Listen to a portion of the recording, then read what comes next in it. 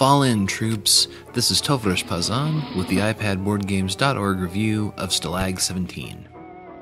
As the American Thanksgiving holiday approaches, we find ourselves listing the things we have to be thankful for. One of them is not being a prisoner in an infamous World War II prisoner of war camp. Unless that is you're playing Stalag 17. Ready for the prison break? Stalag 17 is, at heart, a set collection game. You take on the role of a prisoner in a German camp, charged with busting yourself and 3 of your countrymen out, which for some unclear reason must be done before any of the other players manage the same feat. Each round of play consists of a plan, which is a series of icons representing the various items you'll need to escape: tools, food, maps, documents, and uniforms. You'll also need to amass a certain number of runaway points, which increases with each successful escape attempt.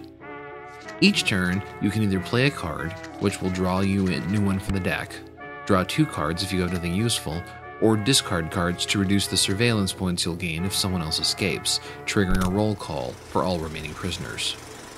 Cards are discarded singly or in batches, either 3 or more of the same icon, or 5 with different icons. There is also a barracks card that can serve as a wild card in play, and an information card, which will give you a huge amount of surveillance points if you're caught with it, but makes discarding other cards easier. The only information you have about your opponents is how many cards they've played and how many they have in hand, with which you can make educated guesses about how close they are to escape. Once you have the necessary pieces in play, you can trigger an escape. If you've miscounted something, your attempt will fail, and you'll continue your turn, but with 2 more surveillance points to contend with. If you pull it off, all players receive surveillance points based on cards in their hand, but the other players reduce this number based on how many unescaped prisoners they have left. The first to help all 3 of their countrymen into the clear wins. Though the game is relatively simple, the presentation is top-notch.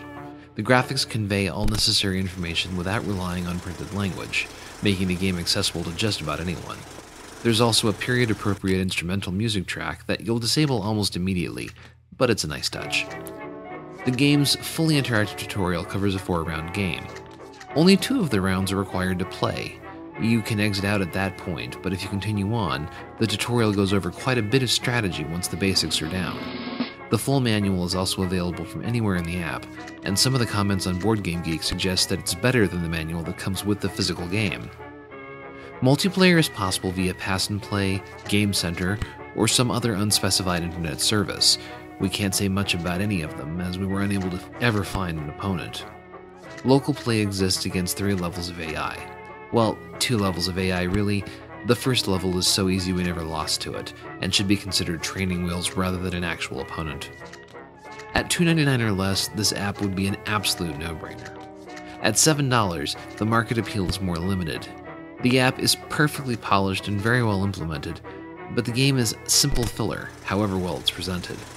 The AI isn't bad, but it isn't especially innovative, and online opponents are few and far between, if they indeed exist.